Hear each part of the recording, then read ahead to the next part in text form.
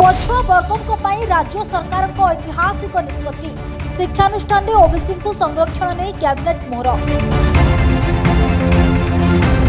उच्च शिक्षा क्षेत्र में संरक्षण लागू नहीं निष्पत्ति होईछि।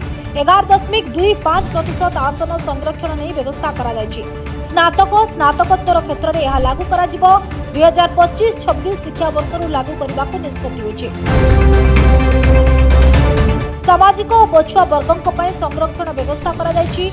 युक्त 2, युक्त 3 और विश्वविद्यालय क्षेत्र में यह लागू हेबो।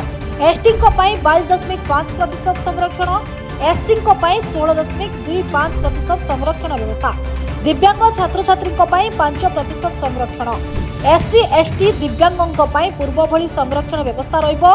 राज्य कैबिनेट रे निया जायछि बड़ गुरुत्वपूर्ण निष्पत्ति।